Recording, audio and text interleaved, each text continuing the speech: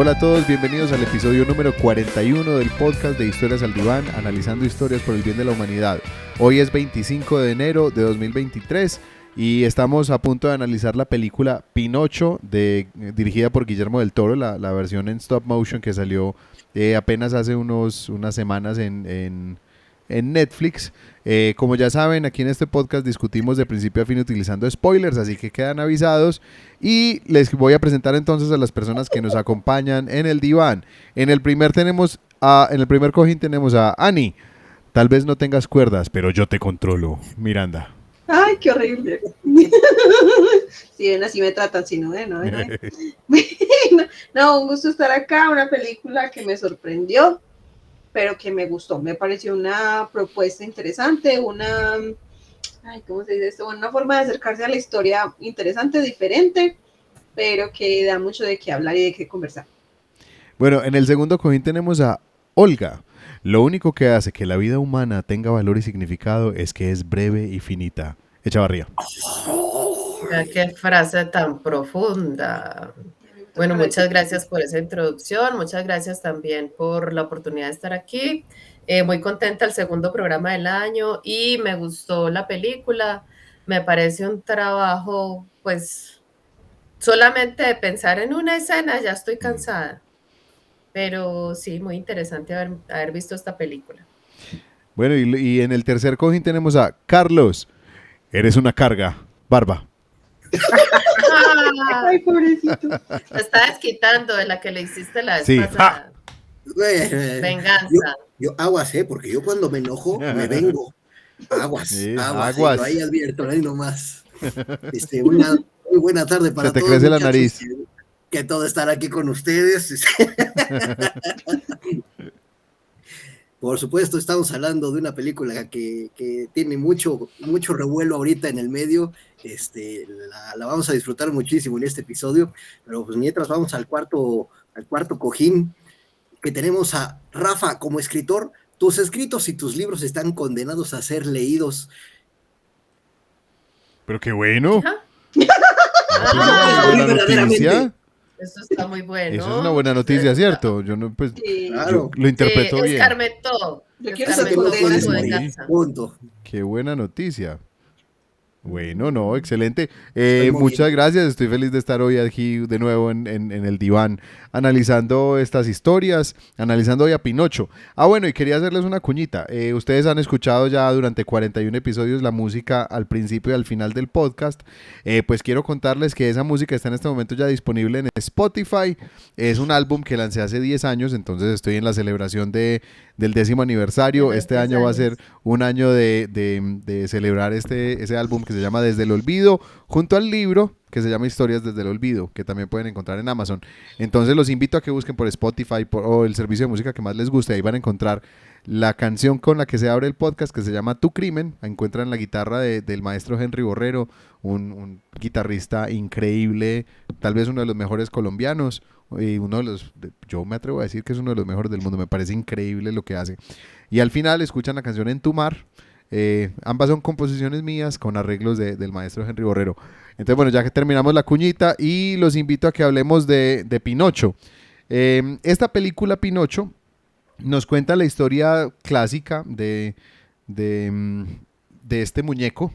Una historia que originalmente es un cuento tradicional de Italia, donde nos cuenta la historia de un hombre que, en este caso, pues en la versión que nos trae hoy, Guillermo del Toro decidió ponerla en los años 30, en la Italia fascista, bajo el régimen de Mussolini, y un hombre que precisamente por eventos de la guerra, un bombardeo accidental, termina perdiendo a su hijo, y en su desesperación construye un muñeco de madera bastante poco pulido, Rústico, digamos. bastante rústico, sí, que adquiere vida por la intervención de un espíritu. Y las aventuras de este niño de madera mientras trata de aprender a ser un niño bueno, y con el acompañamiento de un grillo inmortal que tiene más vidas que un gato, un grillo Highlander que lo acompaña. Así es como su conciencia, es alguien que está intentando enseñarle. Ese es, Bigotón. sí, bigotón. Sebastián Grillo, Sebastián Cricket. Jay Cricket. Sebastian J. Cricket. Que el J yo creo que es también una referencia al Gemini, que en inglés se llama Gemini Cricket. será. Gemini, sí, algo así. Bueno, entonces los invito Además, a faltó que... mencionar ahí que es el personaje interpretado por Ewan McGregor, ¿no? Sí, esto tiene un reparto, Es increíble. pero Increíble. espectacular. Y de hecho hay una de las actrices que aparece en este, pues que prestó su voz para esta película, que me pareció muy, muy interesante la historia. Kate Blanchett, la famosísima actriz que interpretó a Galadriel, El Señor de los Anillos. sí, en El Señor de los Anillos, en El Hobbit también la interpretó. Una actriz que hemos visto en muchísimas películas, aquí mismo en el podcast la vimos en No mires arriba. Es una actriz reconocidísima. Hizo aquí el papel de un chimpancé, un mono, Spazzatura, solamente haciendo ruidos. Sí. Y ella lo que pasa es que se le ofreció de voluntaria a Guillermo del Toro, que ella quería hacer lo que fuera en esta película, porque a él lo admiraba. Entonces ella le dijo a él que estaría dispuesta a interpretar un lápiz si era necesario, pero que ella quería hacer lo que fuera bajo la dirección de él. Y bueno, Lo más gracioso es que Guillermo le dijo, es que solo tengo el mono. ajá, Hago sí, el mono. de una. Hago los ruidos y solamente hace ruidos, realmente pues como líneas muy poco. Bueno, entonces, ¿qué les parece si entramos en esta parte de construcción de mundo con Ani? Bueno, yay. Personalmente las películas de stop motion son de las que más me gustan.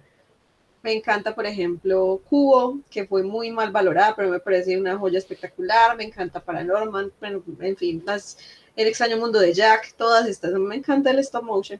Entonces tenemos nuevamente una película de stop motion. Ya las películas de stop motion tienen de por sí un grado de dificultad muy grande, porque cada escena, cada paso que dan las marionetas está precisamente tomado en, digamos, 20 fotos. Un paso pueden ser 20 o 30 fotos, en fin.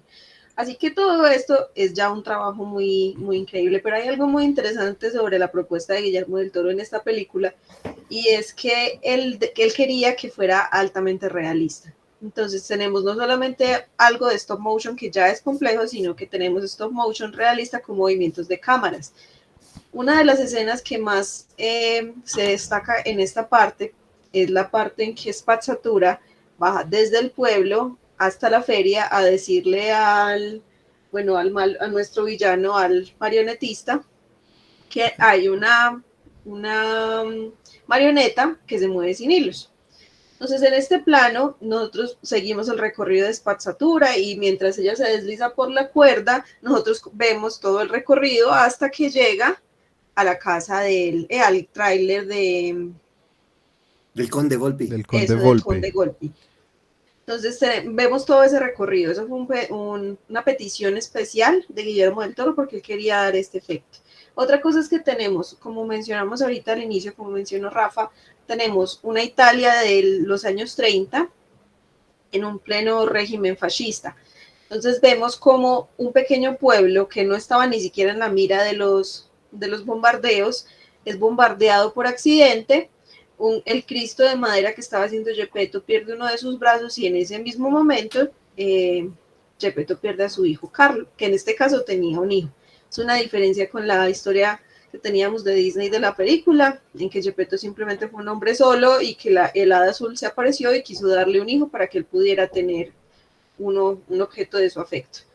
En este caso es porque lo perdió. Entonces tenemos un padre con el corazón roto que no es capaz de dejar ir la muerte de su hijo. Mientras todo el mundo sigue, él pasa de ser un carpintero entregado a su labor, un padre amoroso, a el borracho del pueblo. Y así lo tachan todos. Entonces en esta parte también lo que vemos es un típico pueblo pequeño italiano, que eso también era muy importante para ellos poderlo representar, donde él es tachado y a partir de ese momento ya nadie lo ve igual, ya se les olvida la parte en que le admiraban su talento y todo su trabajo, porque nunca fue capaz de dejar ir a su hijo. Entonces lo poco que ganaba se lo gastaba en licor, apenas si comía, como dicen en la película. Otro de los elementos importantes a rescatar en esta película es la parte del realismo que quería implantar Guillermo del Toro. Los diseños de las marionetas es muy curioso porque la mayor parte de los de las marionetas están hechas en colores un poco más cálidos, mientras que los monstruos, como los espíritus de la muerte y de la vida, son hechos en colores azules. Ese era el color que representaba estas marionetas, porque eran marionetas que estaban hechas perdón, que no eran vivientes, sino que eran monstruos, eran espíritus. Lo mismo con el grillo, como el grillo hace el papel de su conciencia, de su corazón, entonces su cuerpo es un poco más azul. Son como esas cosas. Y en cuanto al realismo, cuando empezaron a hacer toda la escenografía y todas las cosas, una de las cosas que Guillermo del Toro hizo mucho énfasis fue en buscar que todo fuera lo más realista y creíble posible. Entonces, claro, ellos hacían unas marionetas muy bonitas, muy recién sacadas del horno, y él decía, están muy limpias, necesito que las ensucien. Porque si estábamos en una época en que el carbón era el principal medio de calor y de energía, entonces todas las casas iban a teñir de carbón. Si se mira las casas, por ejemplo, de Gepetto, se ven paredes en las que están completamente negras, precisamente por lo del carbón. También está la parte de la iglesia. La parte de la iglesia fue una muy importante porque lo que quisieron fue representar esas iglesias que eran muy viejas, de más o menos siglo XIV, siglo XV, en que el techo siempre era lo último que se hacía porque era lo más difícil. Pero si uno mira las paredes de la parte de abajo, hay muchos frescos de ese tiempo, en donde eran esas imágenes de esos santos que ni expresión tenían. Y si se mira la parte de arriba de la iglesia, es un poco más nuevo, una arquitectura un poco más reciente. Son cosas, todo esto son cosas que Guillermo del Toro especificó. Y también lo último que quería notar es que las marionetas eran movibles. O sea, ellos tenían por dentro mecanismos que les permitían cambiar la expresión sin necesidad de hacer el cambio de máscaras, excepto por Pinocho. A Pinocho sí era una marioneta con máscaras, porque lo que querían representar era que, como era un muñeco de madera hecho casi que a la carrera en un frenesí de un borracho, entonces no iba a estar muy pulido. Algo muy diferente con todos los otros trabajos de Gepetto, que sí eran muy dedicados, pero Pinocho podemos ver que, por ejemplo, apenas si tiene demarcados los círculos de los ojos, tiene una oreja, pero la otra no. Aquí el cabello está muy ordenado, pero aquí es solamente la madera del árbol. Y quería dar esa sensación, como está hecho por un Gepetto no en sus mejores condiciones, pues no iba a ser su mejor trabajo. Y bueno, eso es lo que quería comentar. Súper, ahí esta película es la película más larga de stop motion que se ha hecho. Así duraron 15 años en producirla. Wow, eso no vi. 15 años. Sí. A ver, yo traigo una situación un poco encontrada. Este libro, un comentario importante, esta película es una película más de Pinocho. Hay chorrocientas películas de Pinocho. Sí. Quiere decir, y obviamente inspiradas en el libro de Carlo Collodi, ese es el autor. Algo interesante es que Carlo Collodi vivió hasta 1892, 92, o 1892. No existía la guerra ni el tema de aviones, esta situación fascista que había en Italia, eso no existía. Entonces esto es un remake, es una reinvención total, quizás para darle otro sentido a la película, pero obviamente está fuera de fecha de lo que es el libro original de Carlo Collodi, ¿no? A mí me llamó mucho la atención esa adaptación porque, ok, es una película de Pinocho, es una interpretación muy distinta a la que yo creo que todos los que estamos escuchando esto vimos de chiquitos, claro, en el mundo de Disney, ¿verdad? El mundo de Disney le dio otro personaje, pero totalmente. Era un niño de tez muy blanca, de ojos azules, que traía su dreidel alemán, su sombrerito alemán. Era otro sujeto, otro personaje totalmente. Aquí, vaya, se entiende que todo el tiempo el muñequito de madera ni siquiera requiere una vestimenta, ¿verdad? Es madera. Entonces, la forma en que cómo lo presentan, a mí me pareció fascinante en el sentido de que es otro personaje, no es el Pinocho al que estábamos ni esperando, ni acostumbrados, ni nada. Y, por ejemplo, una de las ausencias muy importantes para mí fue la de Fígaro, ¿no? El gatito de Fígaro de la película de Disney, pues aquí es otro el personaje, en este caso es Pasatura, ¿no? Un personaje que le da otro vuelco, el Conde Volpi le da otro sentido totalmente distinto a lo que habíamos visto. Entonces, en esta construcción de mundo, me llamó mucho la atención justo eso, le dieron otro toque, un toque que yo creo que nadie se habría esperado, sobre todo, pues, si el libro había sido escrito con tanta antelación, ni siquiera estaban los aviones parten de 1900, 10, 15, no recuerdo cuándo sea, pero apenas empezaban los aviones en aquellos 1910. En 1892 no existían los aviones, ni los bombardeos, ni este tipo de cosas de guerra. Pero bueno, esto era en respecto a la construcción del mundo, ¿no? Hasta ahí mi comentario. Ay, quería mencionar una cosa que se me olvidó. Bueno, algunas que se me olvidaron. Lo primero era que la marioneta de la muerte, si se ve en la cola, tiene como las escamas de las piñas del pino. Eso fue hecho adrede precisamente para hacer referencia a cómo las piñas del pino en este caso nos representaban la vida. Y otra cosa muy importante es que la mayor parte del equipo que desarrolló las marionetas y todo el escenario eran mexicanos. Guillermo quería traer artistas mexicanos para poder mostrarle al mundo que había talento en este lado del charco. Y vaya que sí lo hay. A ese lado del Río Grande. Sí. No, y queda demostrado, y tan es así que pues llega a las nominaciones de los Óscares, ya recibió varios premios, y sí, efectivamente hay muchos mexicanos que están trabajando en esta película, ¿no? Que hicieron todo esto posible, lo cual para mí, obviamente, como mexicano, es un tremendo orgullo, ¿no? Claro. No, y también como latinos celebramos eso, yo Sí, creo que claro, todos, sí, totalmente. por supuesto. No, es una gran alegría. O sea, Guillermo del Toro tiene como ese deseo también de visibilizar todo ese talento y es algo, yo creo que lo hace también muy especial. Es aprovechando la plataforma que él tiene, está dándole la mano a otras personas que como él también pueden brillar por su talento y que no tienen la misma plataforma. Entonces, muy interesante. Yo con respecto a esta parte de la construcción del mundo, o sea, tengo que decir que me parece que también le dan un tono bastante fuerte en términos emocionales a esta película. Es una profundidad y un realismo que no tenían pues, las versiones anteriores. Hay una versión por allá de los años 70 que se hizo en Italia, donde sí le daban un fondo de tristeza a la historia de Geppetto y de Pinocho, porque lo que pasaba era que la esposa de Geppetto había muerto. Entonces Geppetto en algún momento hace su marioneta y el hada azul, que aparece pues en la historia de Disney, realmente en esa historia es el fantasma de la esposa de Geppetto que por la tristeza de verlo tan solo decide darle vida al muñeco. Entonces, esta no es la primera vez que nos dan como un fondo triste de la historia de Geppetto, pero sí se fueron bastante al fondo y a meterle el dedo en la llaga, como decimos aquí a Geppetto, en una tristeza muy profunda, Sí. que es algo muy interesante pues de esta versión. Que también ha tenido pues sus detractores ese punto en particular. Pero a mí me parece muy interesante. ¿Hay algo más que Aquí algo queramos? bien interesante Sí. es que no se platica ni quién es la mamá o de Carlo o de, de Pinocho en un momento dado, entendiendo que es el hada.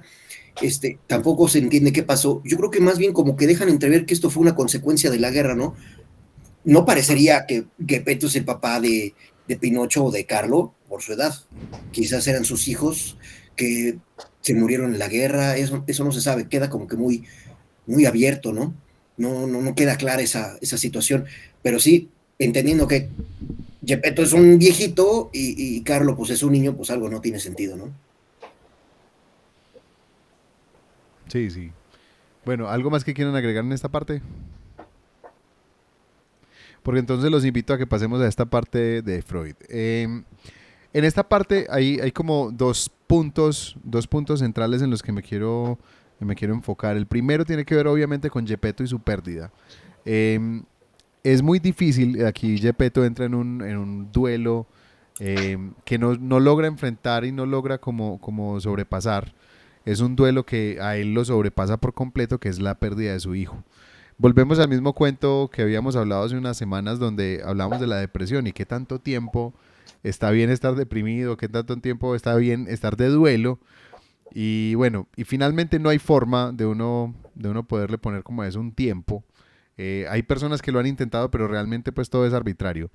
Este es un hombre que no logra superar la pérdida de su hijo. Y yo creo que cualquier persona que haya perdido un hijo puede hablar de lo antinatural que esto se siente, cómo es posible que un padre tenga que enterrar a su hijo. De lo difícil que puede ser esto de enfrentar, tal vez el duelo más difícil que puede existir. Entonces tenemos a un hombre que se destruye algo que lo nombraba en ese momento, pues porque él tenía como dos facetas, era padre y era carpintero. Entonces al perder su hijo deja de ser padre. Y eso es una pérdida de un aspecto fundamental de su identidad, de lo que lo mantenía atado a la vida y al deseo y a seguir intentándolo. Cuando él pierde ese rol de padre, cuando pierde a su hijo, pierde el sentido de vida, como diría Víctor Frankl, pierde su propósito y su motivo para vivir. Entonces él construye a Pinocho en mitad de una borrachera, imaginándolo como un reemplazo de Carlo. Y eventualmente, como pasa con todas estas historias donde nos tratan de construir un golem, una criatura hecha a la imagen de una persona, eventualmente nos tenemos que enfrentar con que no es esa misma persona. Esto toca directamente con todas las películas que tienen que ver con inteligencia artificial. Cuando la inteligencia artificial se vuelve consciente de sí misma y empieza a preguntarse, entonces yo quién soy, y tengo alma, y soy una persona.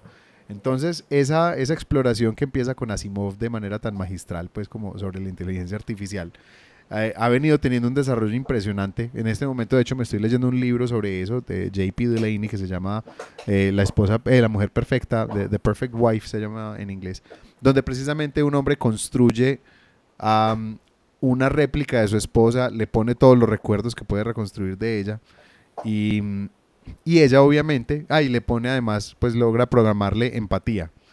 Entonces es una persona que empieza a preguntarse, entonces yo realmente soy esta mujer o soy alguien más, y entonces ¿quién soy? Y eso la lleva pues a un abismo muy duro, una pregunta existencial muy dura. Aquí con Pinocho, él está en una fase de su pensamiento bastante básico, es un niño, y en ese pensamiento tan concreto él no se está haciendo preguntas tan profundas, pero sí empieza por lo menos a tratar de que su padre lo quiera. Y cuando su padre le sale con esa frase, eres una carga, que para él es tan dura y lo golpea tan fuerte, él intenta dejar de ser una carga, y es por eso que acepta la invitación del conde Volpe, que un detalle muy gracioso que cuando lo escuché me pareció muy, muy divertido, y es que la palabra Volpe hace en italiano referencia a una zorra. Y si ustedes recuerdan, en la película de Disney, el zorro es el que se lleva a Pinocho al circo.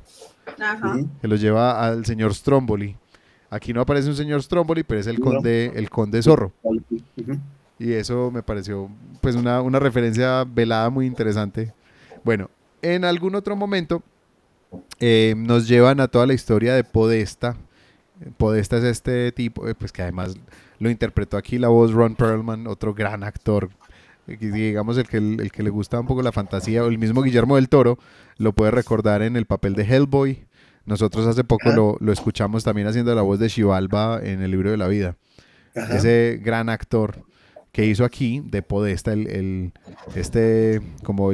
como un policía, representante del fascismo en este pueblo, y con su hijo Candlewick, que lo interpreta Flynn Wolfhard, uno de los protagonistas de Stranger Things, protagonista también de la última película de Ghostbusters, de los cazafantasmas. No, o sea, y de nuevo, el reparto es una cosa increíble. Ahora, esta relación de estos dos, que es una relación donde la madre no cuenta, la mujer está completamente borrada de esa familia, porque es el hombre poderoso el que manda, hombres que le prohibían a la madre tener contacto con el hijo, porque lo iban a suavizar, lo iban a volver blando, y él quería que su hijo fuera un soldado, un hombre italiano que lo hiciera sentir orgulloso. Y cualquier seña de debilidad de su hijo para este hombre era una decepción terrible, y eso le rompía el corazón a su hijo. Y cada vez que el hijo intentaba impresionar a su padre, siempre terminaba por decepcionarlo, lo que fue rompiéndole lentamente el corazón a Candlewick. Esta es otra relación donde hay unos estándares imposibles de parte del padre, y un hijo que por no perder el amor del padre va hasta todos los extremos que puede, hasta que al final logra, con la caída del padre, cuando el padre se le cae a él, logra enfrentárselo, y su acto más poderoso es decirle no a ese padre. Bueno, y ya en esta parte quería hacer un último comentario que ya tiene que ver con la música, porque Pepe Grillo, que aquí es Sebastián Grillo, Sebastián J. Cricket, él vive en el corazón de Pinocho. Él vivía en el tronco del que se forjó, del que se talló Pinocho.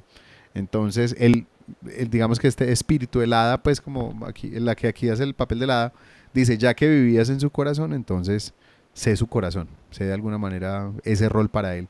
Y este de Sebastian J. Cricket asume ese rol y sigue viviendo en su corazón cada vez que puede. Que eso funciona súper bien como metáfora, funciona súper bien como realidad, funciona muy bien dentro de esta película.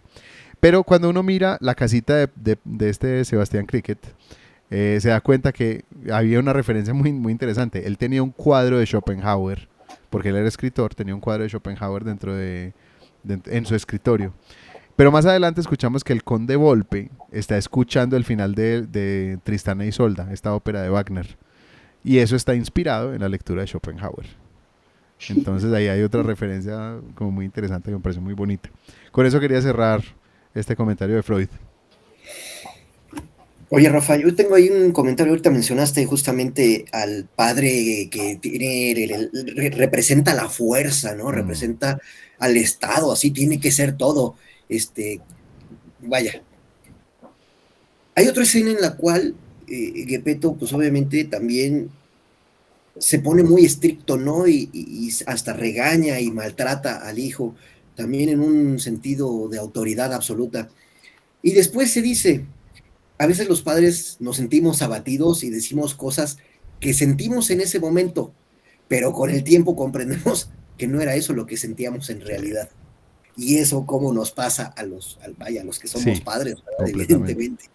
Un tema totalmente freudiano, porque llega un momento en que no puedes controlar el cómo te sientes iracundo, por una situación a veces estúpida totalmente, pero dices y haces cosas, sientes cosas que a lo mejor están totalmente fuera de lugar por estar cegados, ¿no? Y en un tema psicológico, tiene que pasar a veces mucho tiempo para que te des cuenta de que pues, las cosas no eran así, ¿no? Y a veces cuando, nos pasa eso, porque también pasa como hijos. A veces dices, oye, pues, permíteme, déjame decirte que yo te quiero mucho y ya no voy a volver a ser una carga para ti. Aprovechando de cómo me llamaste esta mañana, ya les prometo que no voy a volver a ser una carga.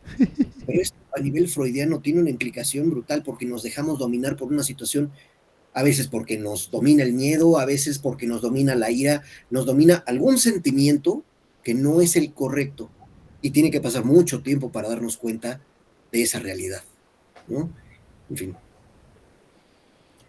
Yo me pregunto si esa obsesión o no está bien llamarla obsesión, sino que es un elemento muy común en todas las producciones que vienen de Estados Unidos o que están relacionadas con Estados Unidos o que el guión se ha hecho allá.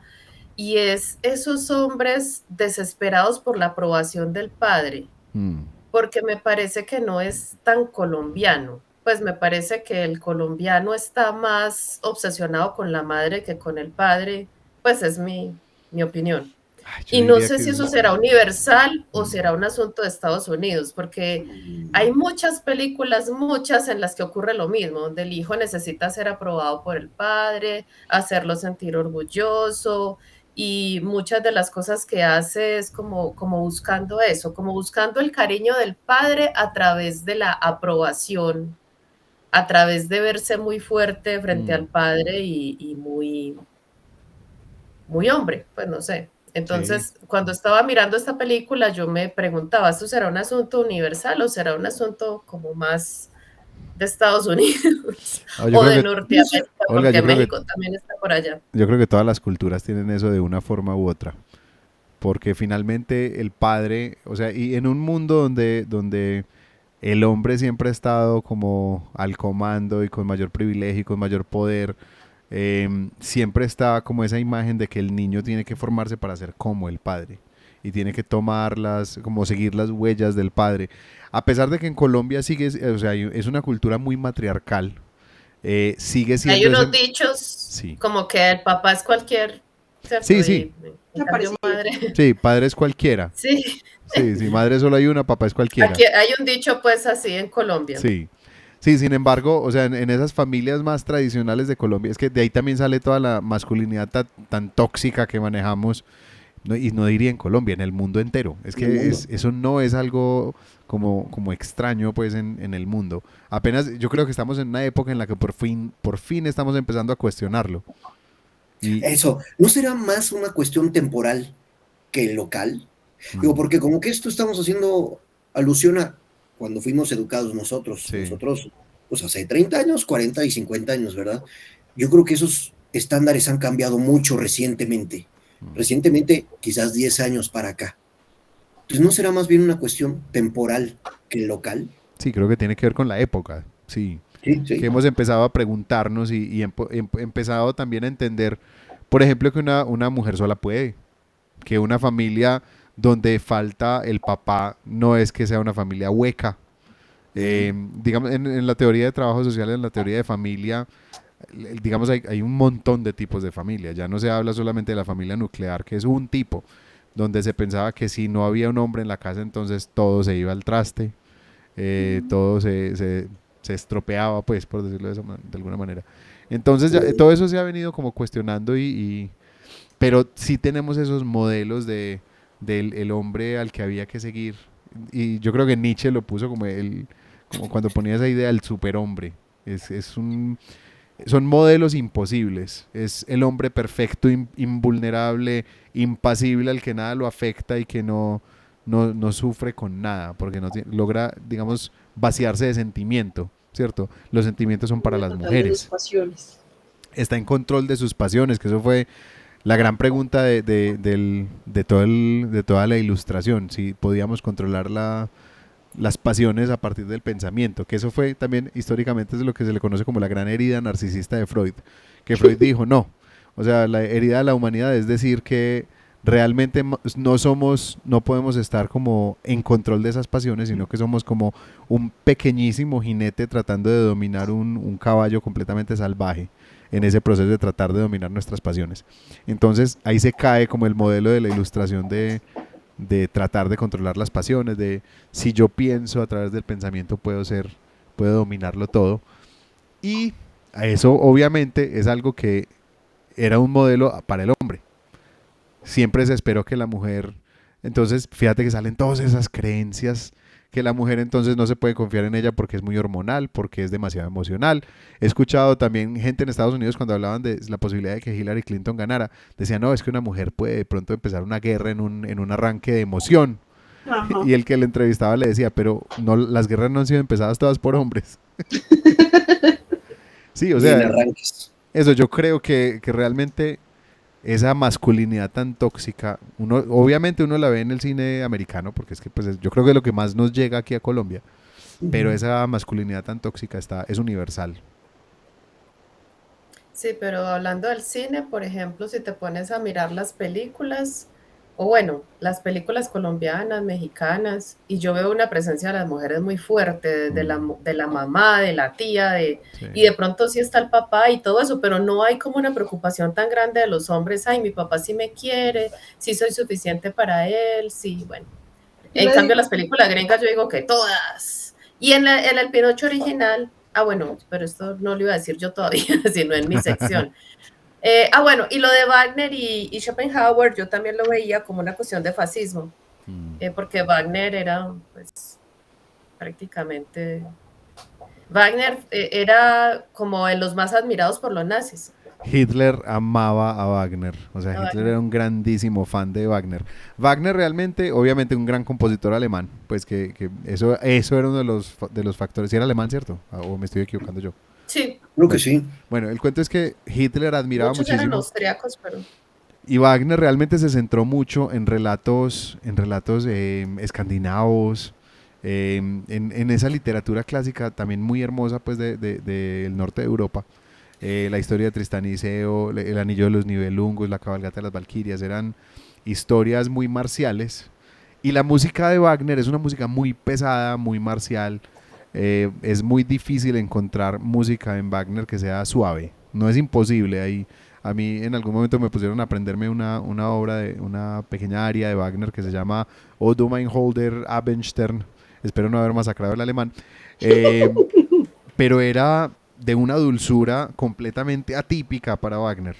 O sea, Wagner es óperas de 5 horas, se necesita tenores que no tengan pulmones sino tanques de oxígeno.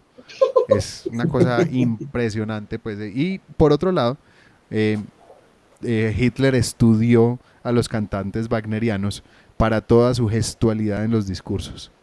O sea, Hitler era un gran fan de Wagner. Entonces la referencia que estaba haciendo me parece que tiene mucho sentido, como esa referencia al fascismo con la música de Wagner, con la música con las teorías de Schopenhauer. Y Sí, era clarificación, sí, alemán, Sí. alemán de Leipzig. Leipzig, exacto. Ah, bueno, no. 1813. No la embarramos. Sí, Sí. iba a hacer ¿cómo se dice? Bueno, iba a lanzar una hipótesis al respecto de la parte del matriarcado en las películas que son de este lado del charco. Y yo creo que parte también bueno, de la ausencia de los padres en muchos casos, porque muchos de ellos se van a pelear en el ejército, guerras, mueren y bueno, etc. O cuando vuelven ya las familias están conformadas con otra persona y bueno, ese tipo de cosas que pasaban tanto.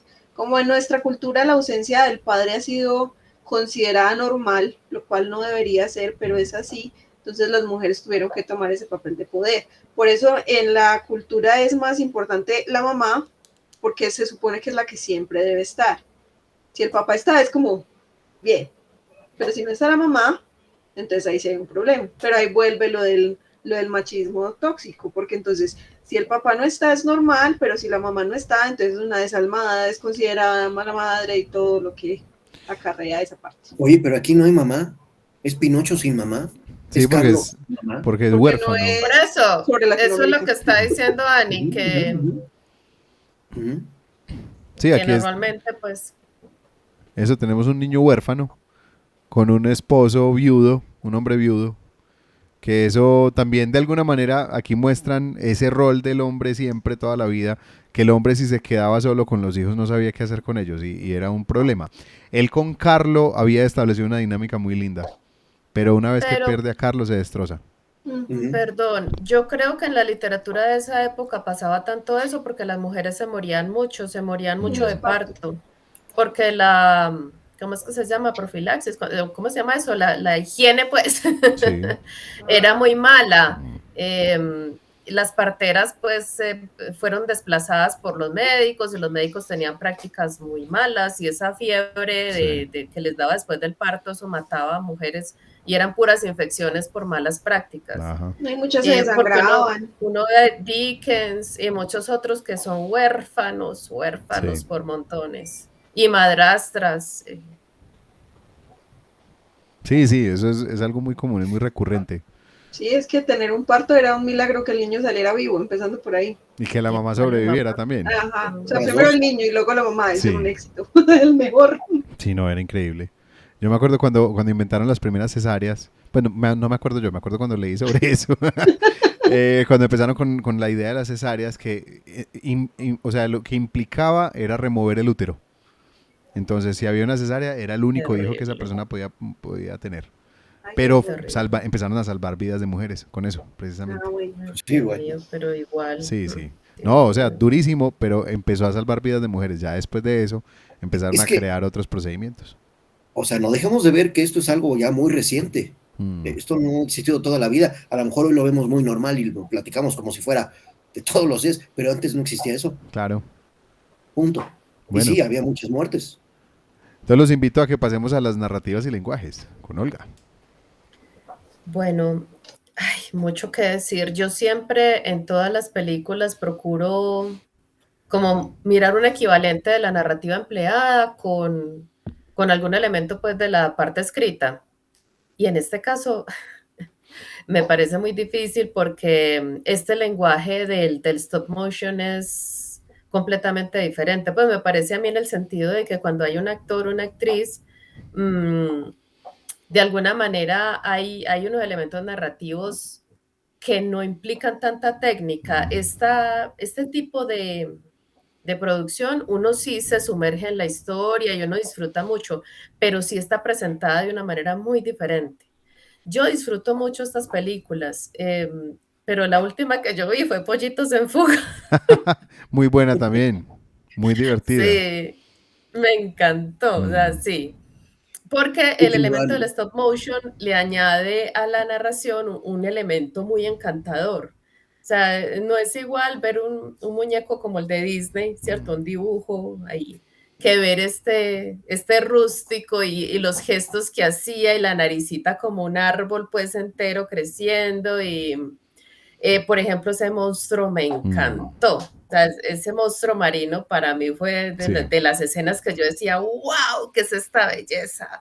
O sea, la narrativa en este caso, cuando se utiliza esta técnica, me parece que es muy, muy brillante. O sea, es una cosa así como que destaca mucho la técnica por encima de la historia. O sea, uno se queda alucinado con la técnica, se queda embobado con la técnica. Sí, total. Entonces, eso me gustó mucho, tomando el stop motion como un lenguaje pues en sí mismo. Y yo, esto era lo que iba a decir antes, que los tenía reservado para decirlo en mi sección, leí el libro original con mi hijo cuando mi hijo tenía como 10 años. Sí. Y yo no sabía que esa historia era tan truculenta, porque yo también conocía la versión de Disney. Entonces yo pensaba que lo que íbamos a leer era así. Pero, y después, cuando le comenté a alguien en la universidad, me dijo, léase Los Hermanos Grimm, porque Disney cogió esas historias de la tradición pues de todos esos países y las edulcoró, ¿cierto? Sí. Les hizo ahí la tonería y pintura y las transformó completamente, sí, porque realmente, pero yo tuve que leerla hasta el final porque mi hijo me lo exigió. Cuando empezaron los ahorcamientos, porque es que a Pinocho le pasan cosas muy malas y él simplemente es desobediente. Hay unas cosas en el Pinocho original que me hubiera gustado mucho que hubieran seguido aquí. Por ejemplo, que en el Pinocho original el tronco estaba como encantado. Y cuando fue un leñador a cortarlo, el tronco se quejaba y este leñador quería hacer una mesa y se lo ofreció a Gepetto. Le dijo, haga usted un títere, usted que tiene más arte que yo, porque este tronco habla. Entonces, si usted hace un títere es todo un éxito porque habla solito. Claro. Bueno, mi hijo estaba encantado con la historia, pero a veces se sentía mal, me decía, ay, no quiero que le pasen más cosas malas a Pinocho, porque realmente la historia es súper truculenta, es espantosa. Y lo mismo esos cuentos de los hermanos Grimm, o sea, de cortarle los talones a una persona para que le quepa un zapato, y en fin, o sea, cosas que supremamente crueles. Entonces no pude evitar, mientras veía la película, pensar no en una, sino en dos versiones que ya yo conocía, porque yo no he visto tantas películas de Pinocho, apenas había visto la de Disney y leí el libro con mi hijo. Y el libro también presenta en el aspecto pues, de narrativas y lenguajes otro mundo completamente diferente. La construcción del mundo aquí me parece a mí que es una construcción muy ¿qué? Yo pienso que también los cineastas, este es un elemento común, al fin y al cabo narradores, tienen su voz narrativa. Entonces yo decía, esta película es oscura, o sea, no es el pancito pues con cierto, que le pone a uno Disney, tampoco es la original, pues que ya es... ya le resuenan a unos otros elementos por allá. Sino que aquí hay un elemento como de que, me acordaba del laberinto del fauno, claro. Él tiene ciertos elementos que siempre como que transmite, y yo pienso que uno como escritor también hace lo mismo, uno tiene sus obsesiones, tiene sus asuntos que le trabajan en la mente y no se puede desprender de ellos. El escritor, por ejemplo, estos días alguien me increpaba por ahí en las redes sociales del asunto de las mujeres en ciertos escritores porque salió con una cosa indignante y es que los hombres escribían mejores personajes femeninos. Ay. Pero pues, imagínate qué brutalidad. Pero entonces, hay un escritor que está obsesionado con las mujeres, Coetzee, no sé si lo han leído. No. Esos personajes femeninos son supremamente fuertes, pero es la obsesión que él tiene. Es la relación que él ha tenido con las mujeres, entonces esos personajes femeninos súper vigorosos y esos hombres por ahí perdidos sin saber qué hacer, en fin, en este director es como ese elemento político, siempre tiene que haber como el aspecto ahí real en el laberinto del fauno era lo mismo. Y siempre hay esa ingenuidad, esa candidez del niño en oposición a esa rudeza de ese mundo que se le presenta alrededor. Entonces uno, pues esa muerte de ese niño en un bombardeo, eso es una cosa Es fatal. horrible. Y lo que a uno le parece fatal es que eso ocurrió. Pues que seguramente muchos padres perdieron a sus hijos durante esos bombardeos. La tumba de las luciérnagas. Y que, Es por una ejemplo, película japonesa sobre la Segunda Guerra Mundial. y también mueren niños. En esa película es la ley. O sea, la muerte es por doquier. Todo el mundo que la ve dice, no, es la película más triste. Y se hizo una, ¿cómo se dice?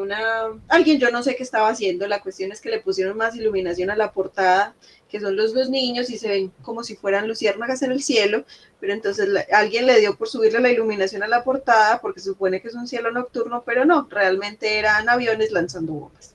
Ah, Salía con la portada. qué bonito. No. Entonces yo pienso que él utilizó muy bien todos los elementos de la historia para hacer su versión. Por eso me gustó también que se llamara Pinocho de Guillermo del Toro. O sea, esta es mi versión. Una Sí, versión muy personal. le pone su sello por todas partes. Entonces sí es una versión muy personal. Y yo pienso que es hasta un ejercicio bonito de hacer. O sea, una historia que ya existe, la voy a hacer yo. O sea, esto es la versión que yo voy a ofrecer en otra época, en otras circunstancias políticas, con otros asuntos, pues, porque en la escrita había mucha hambre. Uno piensa cuando lee la escrita en toda esa emigración que hubo de Italia porque había mucha hambruna, las familias eran demasiado grandes, o sea, todo lo que había en el momento se trasladó al texto. Y en este caso, lo que a Guillermo del Toro lo obsesiona, pues el asunto de la fragilidad del niño, de la candidez y de la inocencia tan amenazada por esa realidad. El que quieran convertir a un niño en soldado, o sea, son cosas tan fuertes. Yo decía, como en esta el película laberinto es del muy fauno. fuerte. Sí, yo decía, esta película es muy fuerte, pero esa es la belleza del stop motion, ¿verdad? Uno está tan fascinado con la técnica, ese muñequito habla tan lindo, hace unos gestos tan lindos. ¿Quién se nos fue? Se fue Carlos. Que de alguna manera suaviza. Dale, bueno, entonces... ¿En qué íbamos, sí, Olga?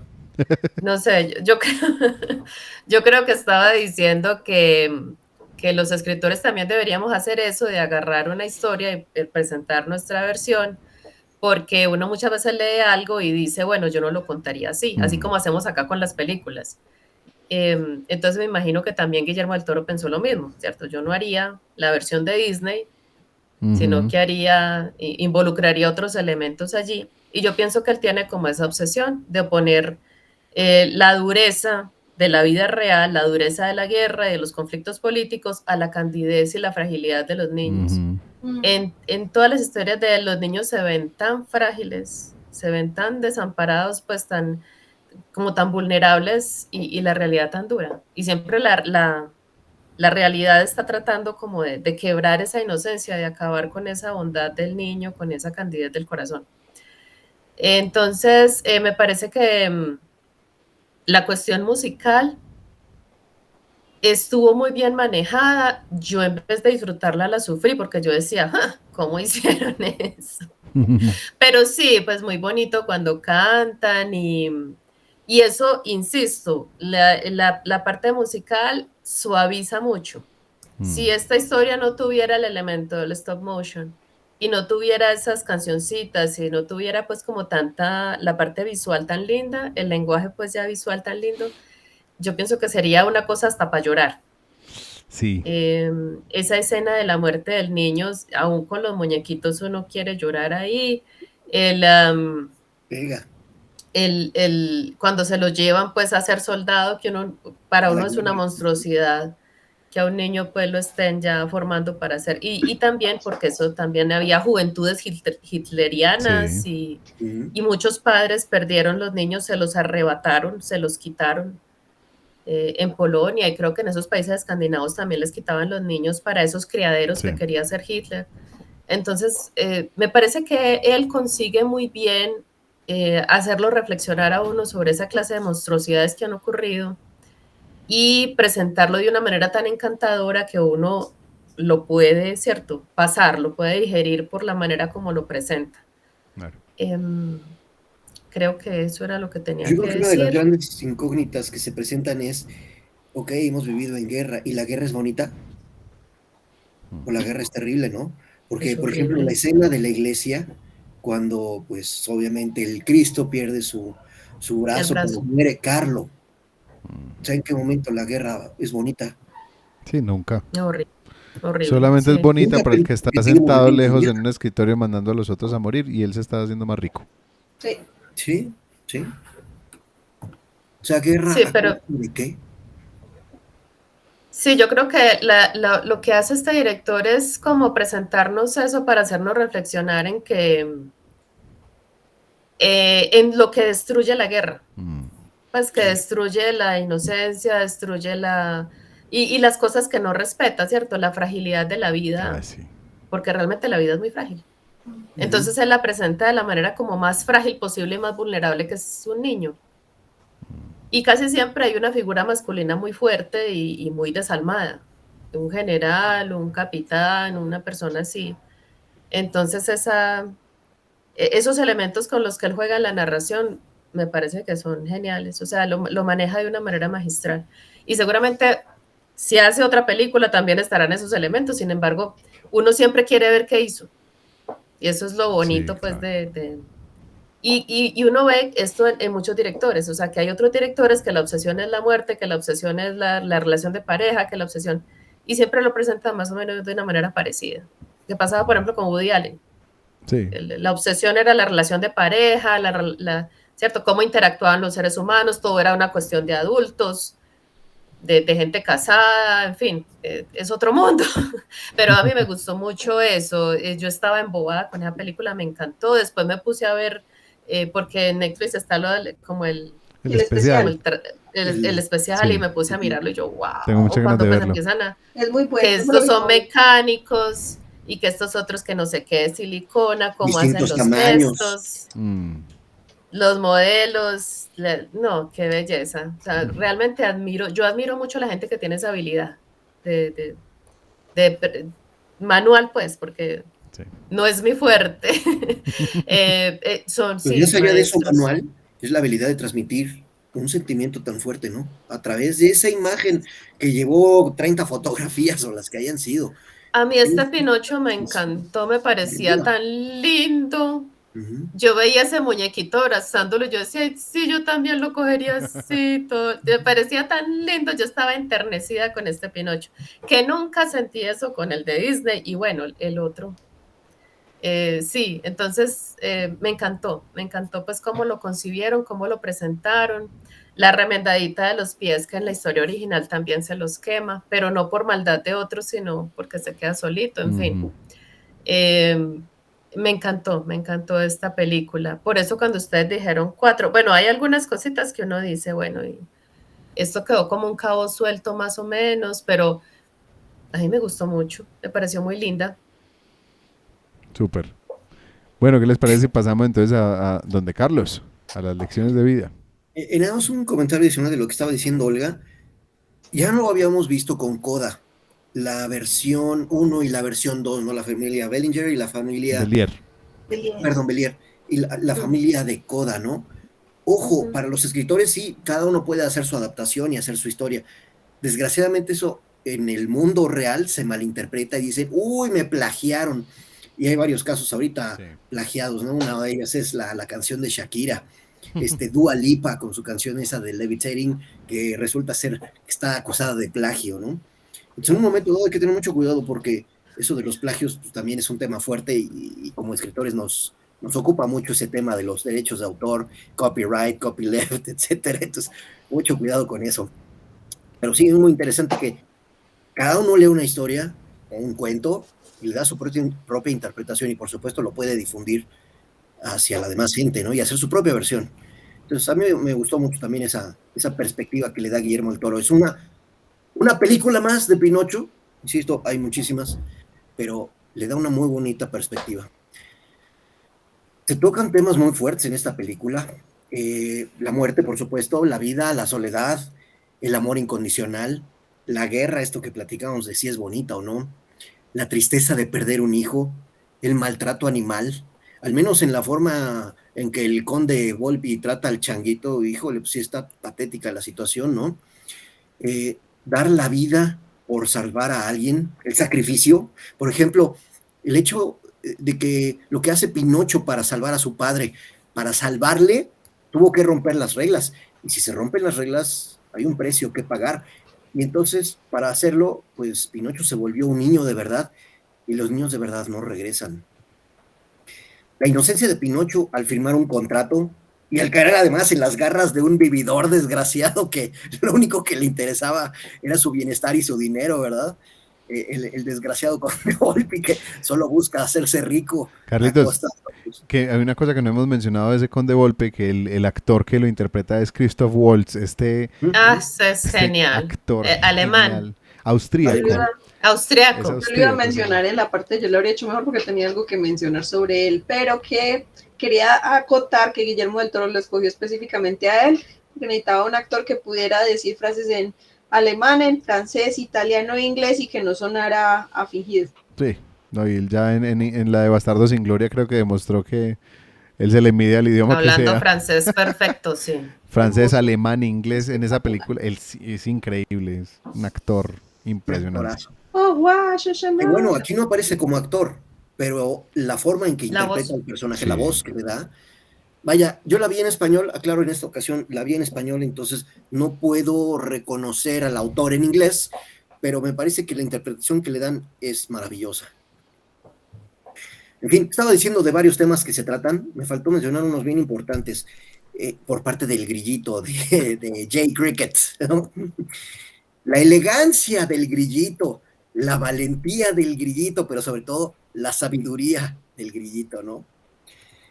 ¿Qué mensaje o qué lección me deja esta película? Bueno, encontré varios. El primero es como que el amor incondicional por tu hijo, nosotros que tenemos hijos y que sabemos de qué se trata este tema, ¿no?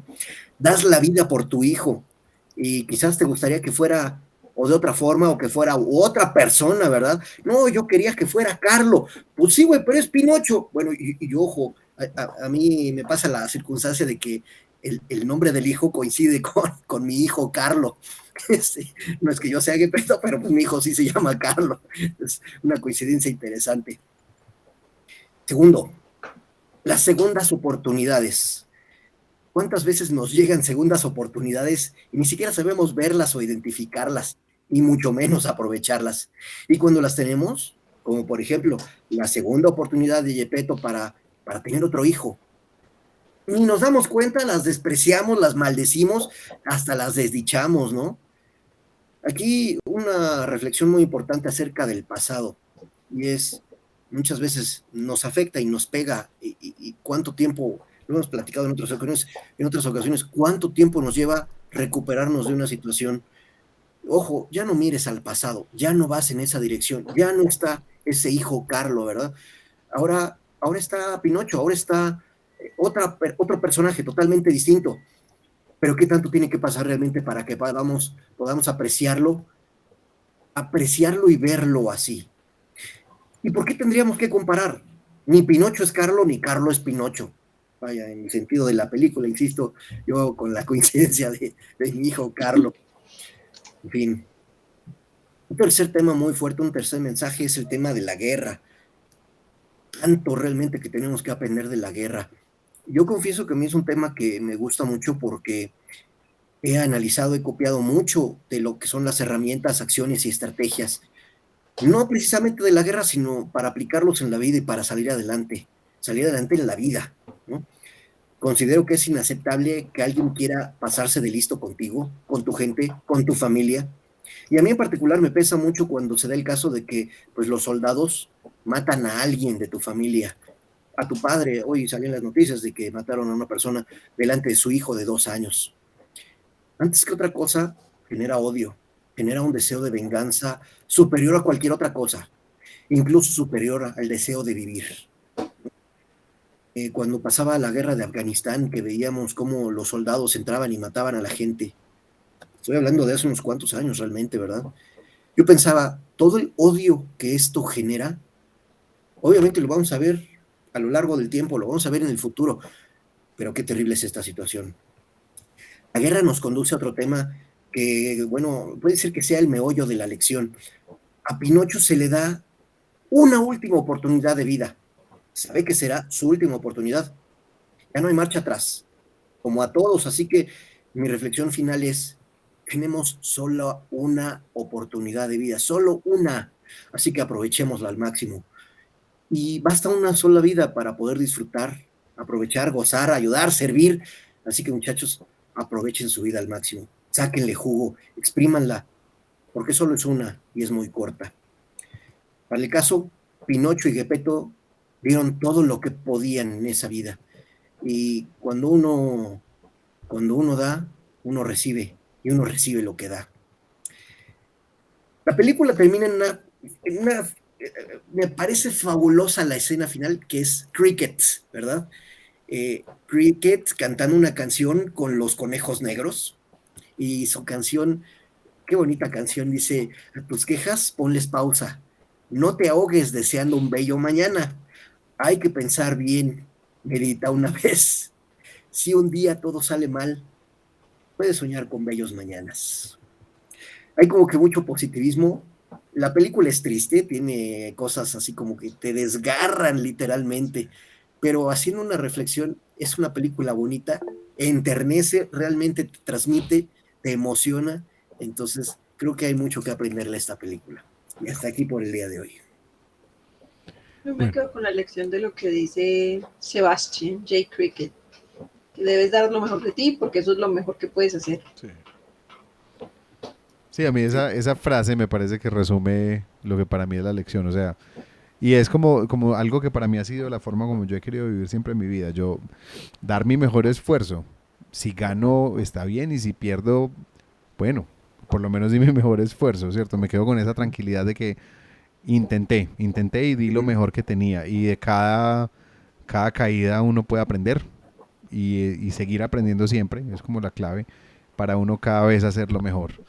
Para mí esa es la gran lección de esta película, que la dice primero, es de Jiminy Cricket, Sebastian Cricket, después Pinocho la vive, le da vida a esa lección, y al final Sebastian Cricket dice, y él me la volvió a enseñar a mí, yo se la enseñé a él, y él me la volvió a enseñar a mí, que me encantó eso. Uh-huh. Sí, Correcto. yo había pensado también en esta criatura pues que representa la muerte y cómo le recalcaba a Pinocho que había reglas y que romper esas reglas se podía, pero que había consecuencias. Y también que por el hecho de no morir, también Pinocho llegó a pensar eso, que no había consecuencias. Yo pienso que la tragedia de la juventud es esa, y por ahí alguien me explicaba que es como la embriaguez de las hormonas en esa etapa de la vida donde los muchachos se creen que son invulnerables, pues que pueden con todo.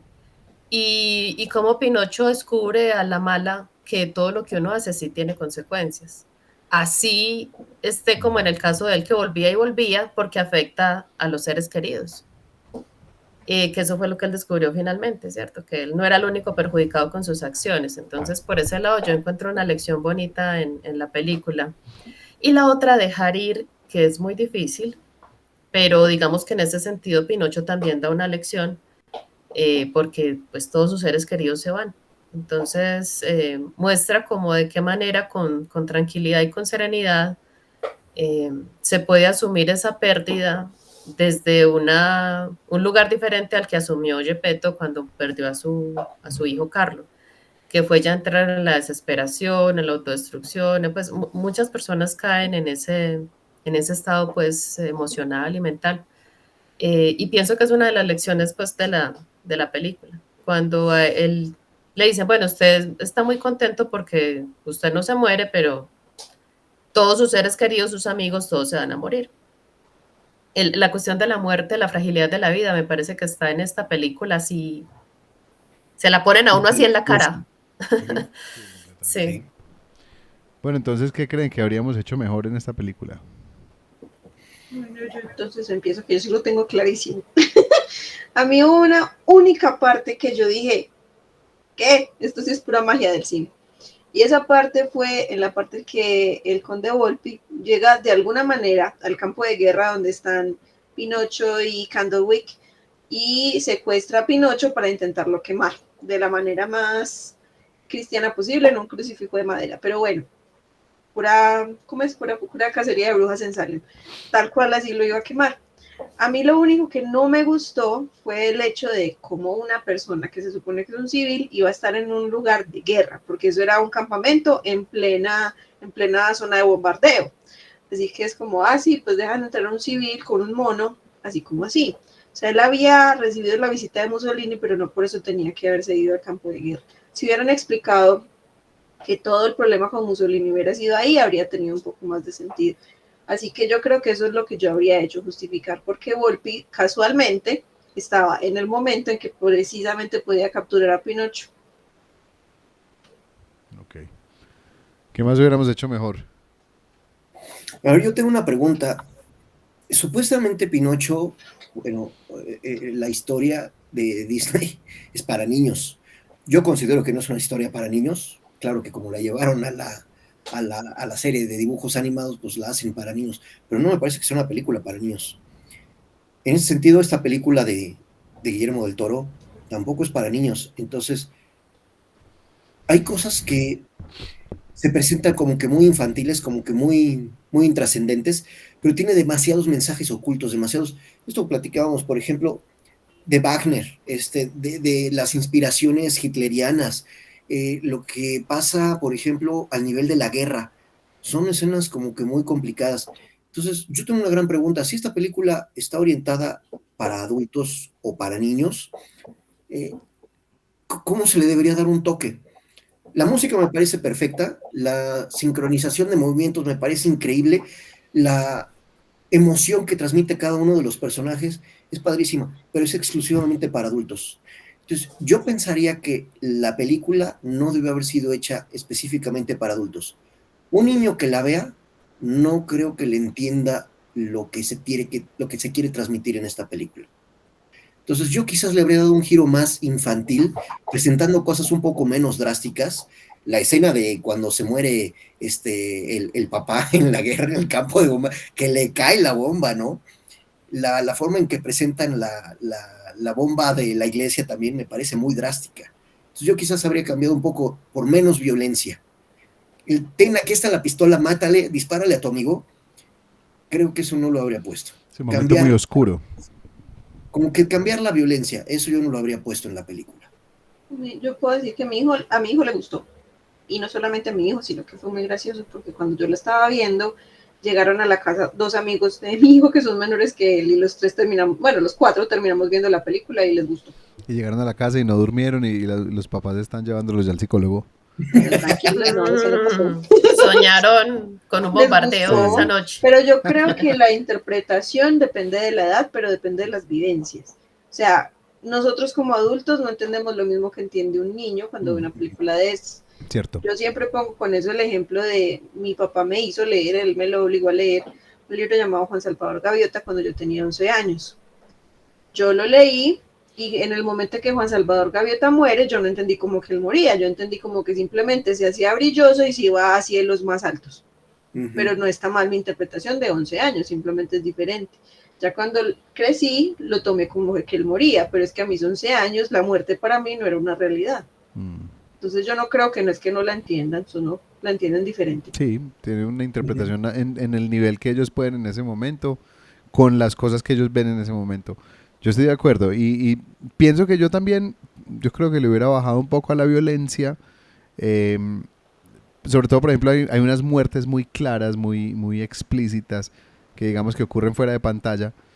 Pero lo que pasa es que a mí lo que realmente me sacó es que entre tanto realismo no muera Pepe Grillo. O sea, para mí ese es el verdadero inmortal de esta película.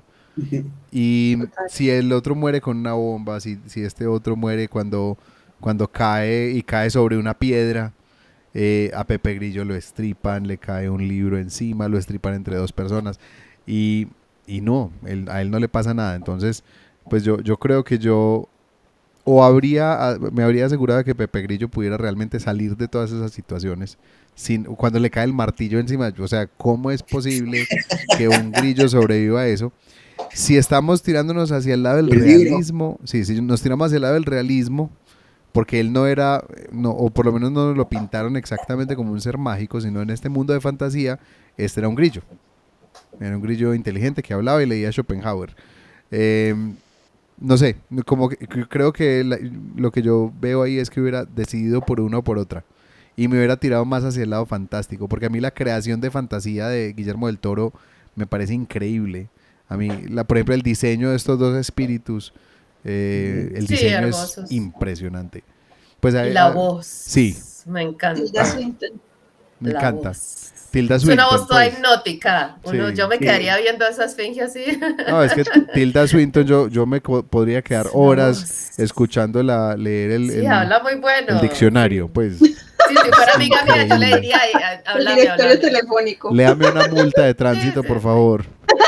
Me encanta, sí, Oye, sí. que la actriz se parece a las Habla esfinges muy Sí, estas, bueno. sí. No, es increíble. Pero si vieras que en el libro original, en la historia original, es el propio Pinocho el que mata a Pepe Grillo con un martillo de piedra y después por ahí resulta otra vez. Entonces sí, Bueno. no sé. Yo creo que en esa original Pepe Grillo era una representación como de la voz de la conciencia. Sí. Aquí Sí. no sé, Pero el porque color aquí se azul, pierde. pero él era de color azul, era lo que yo decía, o sea, los de color azul eran los monstruos y era hecho adrede, o sea, era una criatura fantástica. Dentro de la fantasía creada, el azul representaba lo que no era de este mundo. Entonces era posible que sí pudiera eso sobrevivir a tantas cosas.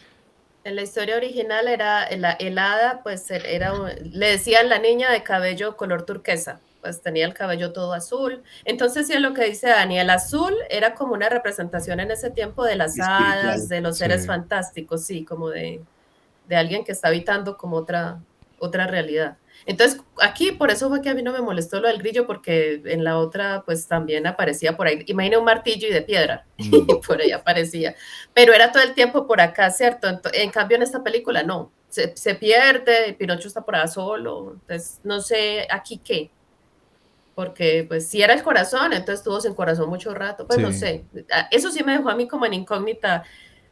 Él resignificó muchas cosas. ¿Cómo resignificó a Pepe Grillo? No sé. Eso sí no me queda claro. O sea, ese es el único personaje que yo digo, que pitos toca aquí. Sí, porque Sí. la isla esta de diversión donde los niños se volvían burros, aquí nos la volvieron un campo de entrenamiento de niños para las juventudes de Mussolini. Ajá. Sí. Sí, Pues ahí que era como... menos drástico. De cierta Sí, manera porque era más horrible de Drástico, convertirse en burro. drástico con las mutilaciones que le aplican al pobre Pinocho. Primero una pata, luego el brazo, así que no, pues qué onda con esas mutilaciones, oye. no, sí es fuerte. O sea, la película porque está con esos muñequitos. Por eso Sí. decía, si se reemplazara esa técnica por una cosa realista, uno no aguantaría esa película. No. Pues porque Sí, es probablemente no. terrible. Es muy Sí, tiene fuerte, mucha pero violencia. él siempre tiene escenas así. Ujú. En el laberinto del fauno lo mismo. O sea, Sí, más de una escena es yo me muy quedé. fuerte. No, y cuando muere la niña, tú eres como, ¡guay! Ay, ¿Pero por sí. qué murió? Si es la Se protagonista. queda uno tan Pero triste. luego en ¿no? el Sí, final dices, ah, bueno, ya. y ese monstruo con esos ojos, en fin, es que es una Espectacular. cosa así Y como sobrecogedora. O parpadeaban sea, todos al mismo tiempo. El estornudo del monstruo. Sí. él tiene esa capacidad de presentarle a uno un mundo que ¿cierto? Lo sobrecoge a Sí. uno, que es una cosa así, es Es bonito impresionante. y truculento. Entonces, yo pienso que es una visión muy personal del mundo. Este mundo es hermoso y truculento. La humanidad es bella y frágil y también malvada y Dios, bueno. Oigan, un comentario importante A mí es me que gustó Guillermo del mucho. Toro hizo otra película también muy importante que es La forma del agua. Ujú. Ah, sí. ¿Y qué creen? Es el mismo músico en ambas películas, no sé si se dieron cuenta de esa situación.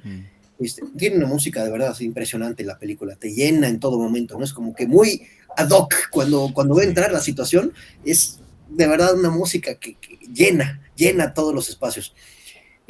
Pero habla mucho de la creatividad de Guillermo del Toro Sí. para hacer esta película. Ahí sí, mis respetos. Bueno, entonces aquí le dimos una calificación en el diván y le dimos entonces 4 grillos inmortales, 4 grillos Highlander a la película. Azulitos, Sí, azules. pitufigrillos. Sí. Bueno, entonces hablando de pitufos, también les queremos contar que la próxima semana vamos a estar viendo una película, sí, unos pitufos espaciales, vamos a estar analizando la primera parte de la película Avatar. esta película de James Cameron, ya se me olvidó en qué año salieron estos los fascistas a despedirse. Entonces sí, estaremos despidiéndonos, estaremos analizando la película Avatar. Y entonces nos vamos a despedir ya con nuestras redes. Empecemos hoy con Carlos. Pues yo estoy disponible a través de Cabarsal, en todas las plataformas, Facebook, Twitter, etcétera, y mi sitio cabarsal.com. Bueno, seguimos con Olga. Todas mis redes sociales, Olga Chavarría Escritora, en TikTok, la fanpage de Facebook, en Instagram y el sitio web es olgachavarría.com. Bueno, Ani. Bueno, yo estoy en Araña28 en Instagram y en Facebook está la página de me gusta o el fanpage de Ani Miranda Escritora y ahí se encuentra el enlace para mi página web. Bueno, a mí me encuentran en Raf Miranda Mus en Instagram, en Facebook como Rafa Miranda Historias. Como Miranda Historias o Rafa Miranda Escritor. A nuestro podcast lo pueden encontrar en nuestra página web www.historiasaldivan.com. También nos puedes encontrar en Instagram como historias.divan, en Facebook como historias.al.divan. Y bueno, los invitamos también a que nos manden correos a historiasdivan@gmail.com. Y que nos acompañen en el próximo episodio. Recomiéndenles estos episodios a las personas que ustedes consideren que les pueden gustar. Cuéntenos de sus preferencias, cuéntenos qué les gustaría escuchar en nuestros análisis. Y bueno, nos vemos entonces en la próxima con la película Avatar, en el podcast de Historias al Diván, analizando historias por el bien de la humanidad. Que estén muy bien y nos vemos en la próxima. Chao, chao. Adiós, gracias.